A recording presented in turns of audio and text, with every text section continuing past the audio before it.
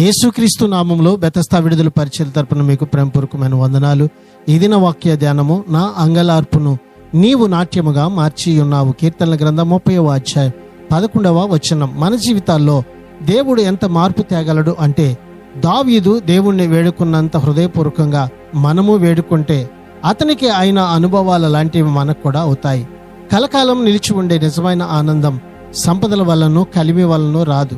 అది హృదయంలో దేవుడు జరిగించే పని మూలంగానే వస్తుంది.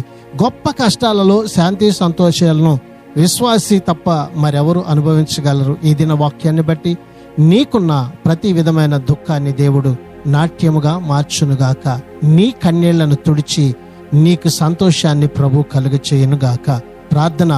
మమ్మలను మిక్కిలిగా ప్రేమించిన మా ప్రియ పరలోకపు తండ్రి యేసయ్యా, మరొక నూతన దినాన్ని మాకిచ్చినందుకు నీకు వందనాలు, స్తోత్రాలు చెల్లిస్తూ, ఎటువంటి బాధ కష్టాలు ఈ బిడ్డలు అనుభవిస్తున్నారో, ఎటువంటి వేదన దుఃఖాన్ని అయితే ప్రభువా ఈ బిడ్డలు అనుభవిస్తున్నారో, ఆ దుఃఖం అంతటి నుండి ఈ బిడ్డలను విడిపించి సంతోషభరితులుగా మార్చమని యేసు నామములో ప్రార్థించి అడిగి వేడుకుంటున్నాము తండ్రి. ఆమెన్.